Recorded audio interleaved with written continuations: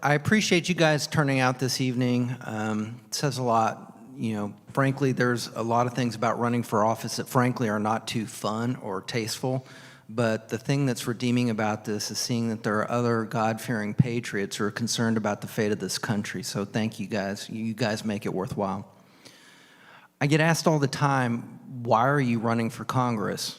Well, the simple short answer is because I serve God. But let me unpack that a little bit. Who here is happy with the direction this country's headed? Can I see a show of hands? Anybody? Who here thinks that this country is literally hanging by a thread? Okay. Who here also thinks that we've transcended Republican versus Democrat, and we're now in the realm of good versus evil? Amen. Okay, so why I'm running for Congress is because what Dietrich Bonhoeffer said and what Pastor Troy alluded to earlier. Silence in the face of evil is in itself evil. Right. God will not hold us guiltless. Not to speak is to speak, and not to act is to act. Right. I can't sit by and watch the country that I love, watch my kids and my grandkids' future go up in smoke, watch us descend into this cultural neo-Marxist state, which is where we have been going in the last 3 years, and know that I'm going to go meet my Maker with a clean conscience. To whom much is given, much is required.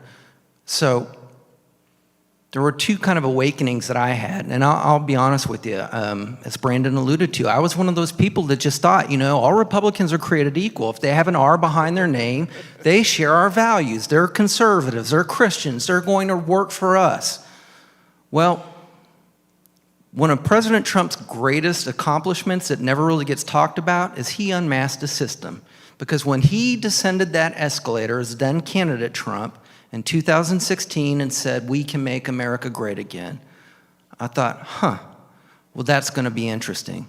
Because candidly speaking, the country had been in this malaise for so long during the 8 years of the Obama administration, and frankly, from the Bush administration as well, that I thought this will be interesting. Wasn't he a Democrat? He's a reality star. I know he's a real estate developer. He's rather bombastic. Let's see him do this. Well, God works with flawed human beings because that's the only people he has to work with. Amen. And as a result of divine providence and divine intervention, he won. And not only did he win, but he actually accomplished what he said he was going to do. What a novel concept. I'm going to tell the public what I stand for. I'm going to tell the public what I'm actually going to do. And then by God, I'm going to do it. And he did. But the crazy thing to me that was the awakening moment, not was that was possible, although frankly that was borderline miraculous, but it was the fact that the biggest obstacles he had to overcome were not the Democrats. They told you who they were.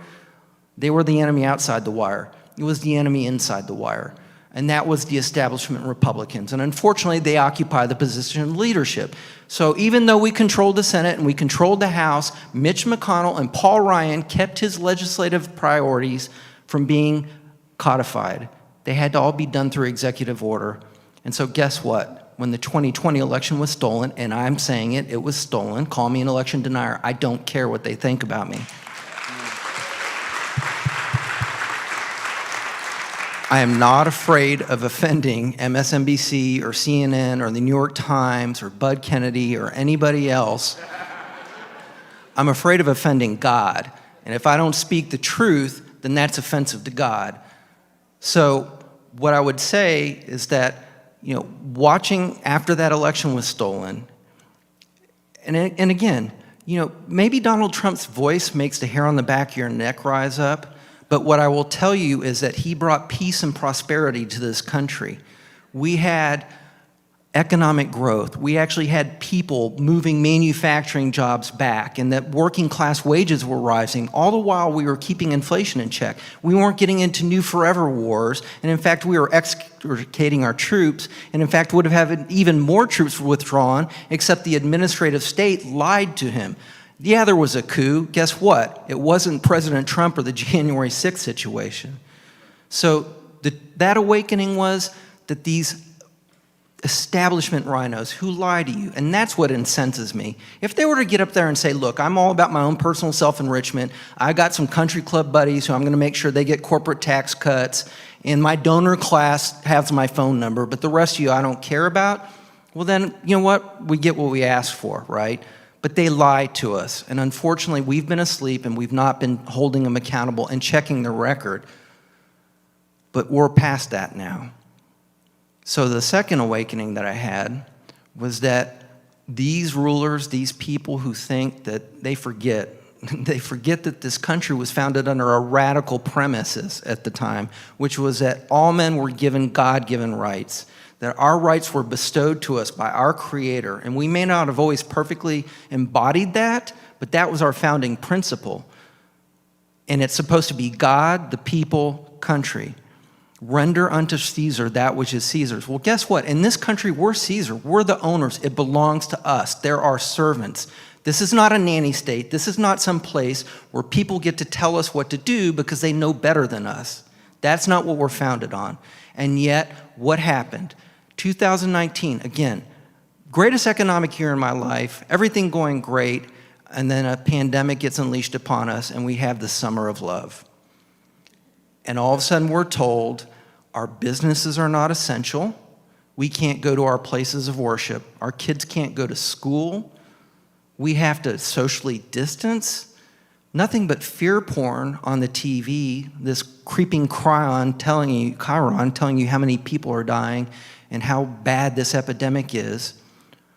And oh, by the way, then our government, turns out, actually was censoring our free speech. And doctors who were promoting therapeutics like ivermectin and hydroxychloroquine and zinc, all of a sudden they're being shut out, and these new vaccines are being rolled out that we're being told are safe and effective. And now I just noticed there was a report that just came out by Moderna scientists who just said, well, yeah, there are these lipid nanoparticles, and it turns out they actually are toxic. They knew that then. They're trying to get out in front of it. And oh, by the way, you go pray a rosary in front of an abortion clinic. Hey, guess what? We're going to send out the FBI team like they just were rounding up Osama bin Laden right in front of your family, even though you pose no threat. You walk through the People's Building because you believe the Capitol Hill police ushered you in and you're not causing any harm or violence. And now you are having the full force of the federal government being thrown at you, being held without trial, without due process, without your rights. You go to the school board and petition because you're upset because all of a sudden you found out that your kids are being sexualized, that they're being confused about their gender, that you have teachers that are teaching racism and that America is not exceptional. And then all of a sudden you're on the watch list. The Department of Justice labels you a domestic terrorist. And so what I would say the two awakenings are was, one, the system was rigged against us from the very beginning, and it was Republican establishment who sold us out and betrayed our trust and confidence. And that two, our leaders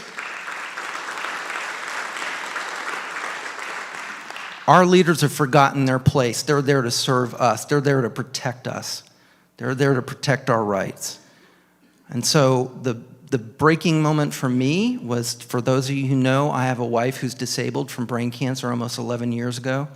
And when I was told by our Republican governor and our then Republican county judge, not Tim O'Hare, that I could not go pick her up and take her out for our daily visit because she requires 24/7 care. And she lives in a little house with about 6 rooms. And I had to explain to a woman who obviously has cognitive deficiencies due to the fact that she has a hole the size of a golf ball in the middle of her cerebellum, that she's not being punished, that she's not being locked up. And oh, by the way, all 4 of those women who were kept cloistered for 3 months, they all 4 caught COVID, and 2 of them died, and they died alone. So I got mad. And I had a very pointed conversation with God. But here's the funny thing, God has a sense of humor. And he said, okay, you want to fix this? You don't want to leave this legacy to your kids or grandkids? You don't plan on consenting? You're not going to comply? You go do something about it. And so here I am. I will tell you the amount of just unbelievable. I feel like sometimes like we're living in a Kafka novel, and I promise you there's an uplifting message at the end. I'm not trying to encourage everybody to run out to the bar afterwards. But all of these problems that we have right now, they're really, I think, a couple of different sources. One is that our country has a God-shaped hole in its heart right now. There are 3 bulwarks against authoritarianism. It is God, and it is clear that God and religion in our country is being attacked viciously by the left, and there are too many of us who are too afraid to speak up and stand up and kind of push back and say, no, God is at the center of our lives, at the center of our country. In fact, our country has been blessed with divine providence. It's one of only 2 countries in the world that was blessed that way. Israel, because that was God's chosen people. The United States of America, because our founding fathers chose God. The second thing is family. If you love your family, there isn't anything you wouldn't do to protect it. Well, guess what? How are you going to protect your family when all of a sudden Timmy comes home and says, hey, I'm actually Susie. My teachers told me this. Hey, I was told that there are 2 classes of people here. They're the oppressors and the oppressed. Hey, there's this book in the library, and take a look at this. I mean, this seems kind of pornographic to me. They are attacking our families. They are trying to sterilize. They are a death cult. You know, one of the problems, the Old Testament, it's harsh, but God wanted to root out cancers. And there was a point where he told the Jews to go kill all the Canaanites. And the reason why was because they worshiped Moloch. And what did Moloch do? They would heat up the statue, and they would put a baby in each of the hands and burn those children alive. How many children have we killed in the womb? Or even worse yet, killed once they were born and just made a decision between the doctor and the mother? How are we any different? There are atrocities that are going on right now, and we're complicit, either because we're not speaking up or we're not fighting back hard enough. And then the last thing is country. Again, this is the greatest country in the history of the world. Don't let anybody ever tell you anything different. We have done more to bring liberty and freedom, not only to ourselves, but to other parts of the world. Name one other country that has a foreign cemetery overseas for land that they didn't try and seize. Our crosses and stars of David are spread all over this globe because we've shed blood and spent sacred treasure protecting the freedom and liberty of other people. Our free market system has done more to lift more people in this world out of poverty. We are a kind, decent, generous people. The problem we have as conservatives is that we're so busy taking care of our family. We're working, we're going to church, we're going to the baseball games and the extracurricular activities, that we've been asleep, and it's now time to wake up. The good news I'd say is that there is a revival happening. People are waking up. I think Brandon was absolutely right. People are tired of it being shoved down their face, being told that up is down, that day is night. It's not the case, and people are starting to stand up and push back, and it's a spiritual revival and it's a political revival. Again, this country belongs to us, and it's time to take it back. Every single problem we're facing, the border, our energy crisis, inflation, the threats of all these wars, these are all self-inflicted problems. And as my dearly sainted mother, who's here in attendance tonight, always like to say, oh, this incompetent administration. And the sad part about it is that's just her good heart. It's not incompetent, it's intentional. Let's take the border, for example. That border was secure in 2020.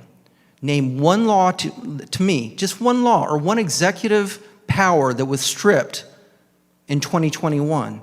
And yet we had 400,000 people who crossed the border illegally in 2020, and they were turned around because it was detain and deport, to where in December of last year, we had over 300,000 in its catch and release. This is by design. They don't want us to be lions. They want us to be sheep, and they want to replace us. The Republicans, because unfortunately there are Republicans who are complicit in this, they want to replace us because they want cheap labor and they want expanded consumer markets. That's why we're giving so much money to all these illegal aliens coming over, even at a time when our national debt is growing. And then the Democrats want to replace us as voters. Plain and simple, they don't like the fact that we're not buying into this progressive ideology anymore. And you know what? If we have to leave a trail of human carnage in the wake, well, so be it. That's a small price for us to remain in power and keep the system rigged the way that it is, because they're profiting richly while they're selling out our country to our enemies overseas, offshoring jobs, offshoring our capital and our pension funds and our retirement funds, and they don't care. They don't care that over 100,000 young people a year are dying of fentanyl. They said during COVID, not one death. One death is too many. Don't kill Granny. And yet, who here hears anybody speaking out about over 110,000 people dying of fentanyl last year, which we know is being smuggled over the border, facilitated by the Chinese Communist Party as a reverse opium war? Who here hears about the fact that our borders are now controlled by the cartels, that we're destabilizing Mexico, that we now have more slaves in the world today than ever any other point in the history of the world, and our federal government is involved in the slave trafficking. Right. There was a whistleblower named Tara Rodas who was from Health and Human Services who just recently testified before Congress. She went to one of the detention facilities to help because she was fluent in Spanish, and she was a caseworker. And she said she witnessed, she was the one that reported 87,000 kids missing, and now I'm hearing the number is closer to 200,000. She testified that they were taking these small kids and they were knowingly handing them over to MS-13 gangs, people who had been admitted and granted asylum in our country through this process that they just kind of overlooked. And she said there was, and I'm going to say this, and I hate having to say this, but you need to feel this and hear this because this is your taxpayer dollars facilitating this. There was a little boy who was brought to her who had been violated so many times on the journey up north, he had to wear diapers. That is our government. Like I said, this is good versus evil. That's why I'm running. My soul is not for sale. I will go meet my maker with a clear conscience. Now, the thing that I will tell you is that there's an opponent. When I first felt called to run, it was Congresswoman Kay Granger, who was then the most powerful woman in Congress, 14-term incumbent, been involved since the Clinton administration. And I was told, you're crazy, you don't stand a chance. I was also told, you're crazy, you shouldn't go have lunch with her to tell her, to show her courtesy and respect. And I didn't listen to them. I went and had lunch with her and I told her what I intended to do, that I felt like I was called by God. And she said, well, I really wish you'd wait 2 years. I've got unfinished business. And I said, with all due respect, Congresswoman Granger, I don't think I can go back to God and say, Kay wants me to wait 2 years. She didn't laugh, her field director did. The second thing is, I don't know if this country has 2 more years. This sounds hyperbolic, but this is it. We have one election to get this right, and even if you have to hold your nose, and I proudly endorse and support this, but I know that there are some people who are going to, have to do it. Who wants more evil than less evil, right? So it's Donald J. Trump. He's got unfinished business. He understands the depth and breadth of this administrative state. And like he says, they're not after him. They're after us. He's in the way.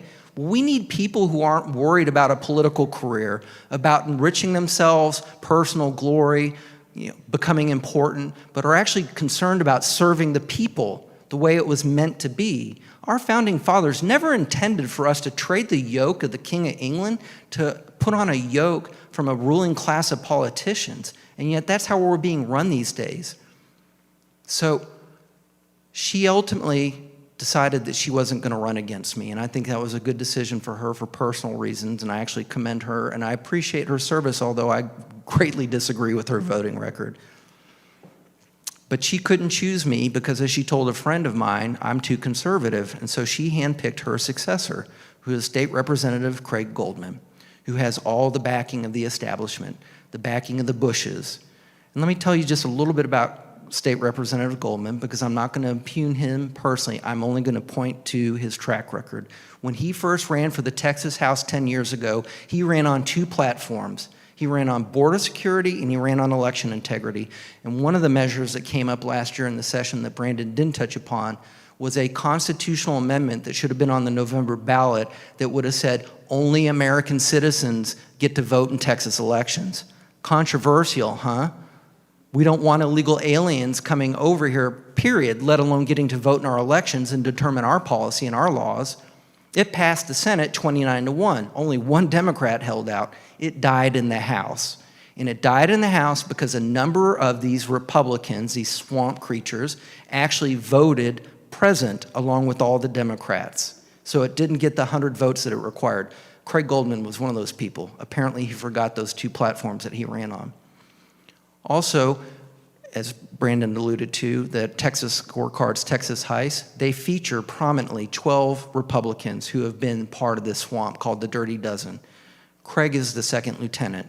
It's Dade Phelan, Speaker of the House, Charlie Guerin, another piece of work, who is his party whip, and then Craig Goldman, who is the party caucus chair.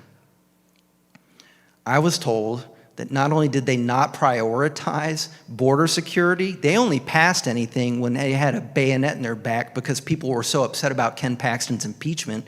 It took 3 special sessions before they did. And oh, by the way, if you take a look at the names on those bills, those are SB bills, meaning they were Senate bills. They weren't House bills. So while they were working through all that, they, as I said, made it a priority in the dead of night to impeach Ken Paxton. Don Smith, my campaign manager, and I had lunch with Ken Paxton the week before the impeachment was announced. He had no idea. Oh, by the way, Dade Phelan just so happened to have found a woman who was a U.S. attorney from the Department of Justice, Merrick Garland's Department of Justice, named Erin Epley down in Houston, who led the investigation. And oh, by the way, there was a lot of funding that came from Texans for Lawsuit Reform, which were the Bushes. So you had Merrick Garland's Department of Justice, you had the Texas House leadership, and George Bush family, the Bushes, forming this unholy triumvirate, prioritizing impeaching Ken Paxton, my good friend for 20 years, and a man I greatly admire. And yes, he is flawed as well, but he is brave enough to take the slings and arrows and to fight for us and to do the right thing regardless of the personal costs or consequences. And Craig Goldman didn't just vote to impeach Ken Paxton. He actually was part of the team that the night before in Dade Phelan's office whipped the vote, saying, you will vote to impeach Ken Paxton or there will be consequences. And unfortunately, we have too few brave representatives in the state house. That's about to change. So what I will tell you is that there is a very stark dichotomy in this race. There are a couple of other candidates who've entered in, and they seem like nice people, but they don't have the funding, they don't have the ground game, they don't have a team, they haven't had time to work and get the name out. It's gonna come down to Craig Goldman and myself. So you've got your choice between an America First candidate endorsed by Ken Paxton, who doesn't care about a political career, whose soul is not for sale, or you've got a Craig Goldman, who is part of the establishment Republican Rhino Party, who is endorsed by Karl Rove, who's been throwing fundraisers in D.C., and oh, by the way, who turned down an invitation to come here and debate me. In fact, the one time he showed up at one club where he didn't know I was gonna be there because it was a Rhino club, and so they didn't invite the candidates, but their members actually told me because they actually liked me, and I showed up. He got up to speak before me, and he said, I'm here to tell you that I'm the only candidate in this race who has the track record to show what I've done legislatively, and I can get these things done, and I'm tough on the border, I'm tough on election integrity, I'm pro-life. You need to check my record because I'm gonna go do in Washington, D.C. exactly what I did in Austin. And I got up and I said, wow, I didn't know that Craig Goldman and I would have so much in common or an agreement. I think you should go check his record, and I do believe he'll go do in D.C. what he did in Austin. And if he gets elected, God help us all.